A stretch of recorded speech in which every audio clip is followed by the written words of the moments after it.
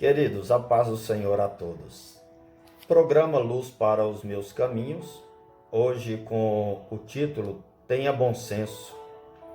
O texto, Provérbios capítulo 8, versículo 14, a primeira parte que diz: o bom senso e a verdadeira compreensão da vida me pertencem. Olha que maravilha, irmãos. O bom conselho, o bom encorajamento, ele deve ser dado sempre, mesmo que não lhe seja dado ouvido. Se for para tentar evitar a consumação de uma intenção pecaminosa, ruim, o alerta precisa ser dado e com autoridade, mesmo que custe algum preço a este conselheiro. Vamos observar isso nos textos bíblicos. Em Gênesis, no capítulo 2 e no capítulo 3, vemos que o conselho de Deus era para que o homem não comesse o fruto da árvore do conhecimento do bem e do mal. Mas a serpente aconselhou a mulher de outra maneira, aconselhou-a a comer. E Eva, depois de comer, deu-o ao seu marido Adão. Consequências, todos nós conhecemos: o pecado. Também em 2 Samuel, no capítulo 13, no verso 3 a 5, Jonadab, primo de Amon, dá a ele um conselho terrível. Diz a ele a se fingir de doente para satisfazer a sua paixão sexual por Tamar, que seria atraída até ele. No mesmo texto, ou no mesmo capítulo, 2 Samuel 13, a partir do verso 12, quando Amon, o filho mais velho de Davi, fingiu estar doente para receber em seu aposento a visita de Tamar, sua irmã por parte de pai, e ele fecha a porta para agarrá-la e deitar-se com ela, a moça gritou: não, meu irmão, não me faça essa violência, não se faz uma coisa dessas em Israel, não cometa tal loucura. Mas Amon não quis ouvi-la, e sendo mais forte que ela, violentou-a.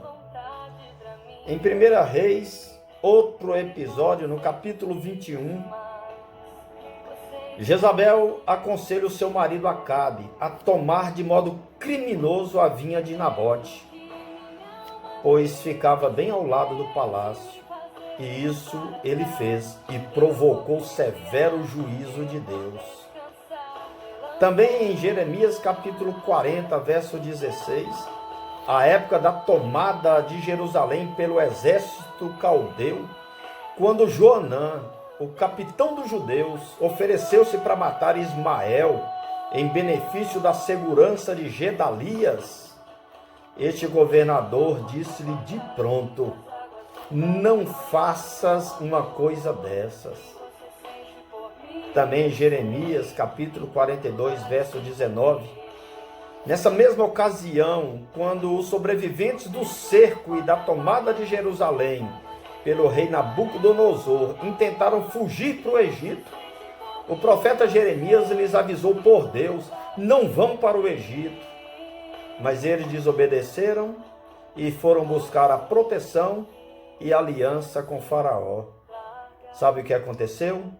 Isso não valeu de nada a Israel, pelo contrário.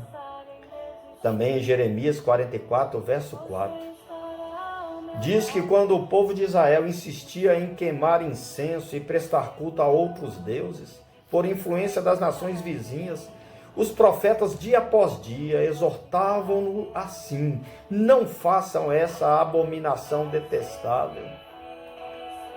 E assim por diante. Em Mateus, no capítulo 27, verso 19, mostra que quando o governador romano Pôncio Pilatos, pressionado pelo povo, que por sua vez era pressionado pelos chefes dos sacerdotes, hesitou a respeito da sorte de Jesus, sua mulher lhe envia um bilhete dizendo: não se envolva com este inocente, porque hoje em sonho sofri muito por causa dele. Mas Pilatos não seguiu o conselho da esposa e agiu contra seu próprio senso de justiça. Meus irmãos, quando Jesus acompanhava Jairo até a casa dele para orar por sua filha, chega um pessoal de encontro a eles e aconselha a Jairo: não incomode mais o mestre, sua filha é morta. Mas de imediato Jesus olha para ele e dá outro conselho: crê somente. Sabem qual foi o resultado, né? Milagre. Portanto, irmãos, feliz aquele que, ao ser avisado, tem o bom senso para, ao ver o mal, fugir dele. Pois o tolo prossegue em seu intento e sofre o dano. Cuidado com a ideia de que a voz do povo é a voz de Deus. Moisés esteve no monte por 40 dias ouvindo a Deus e construiu as tábuas da lei. No mesmo período, Arão esteve no pé do monte ouvindo o povo e por isso construiu um bezerro, um ídolo, para a adoração deles. Portanto, irmãos, todos somos sujeitos a receber e a recusar não só o bom, mas também o mau conselho.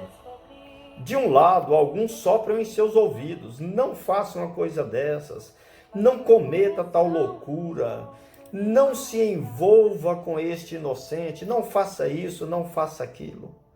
De outro lado, há sempre alguém dando a voz de comando oposta. Irmãos, tenha bom senso. Todos podem falar, mas a decisão é sua. Em meio às muitas vozes, procure ouvir a voz de Deus. E ao decidir, se acontecer de você ter decidido errado, aprenda e passe a tomar melhores decisões. Sabe por quê? Porque Deus continua falando. Assim diz o Senhor. Amém.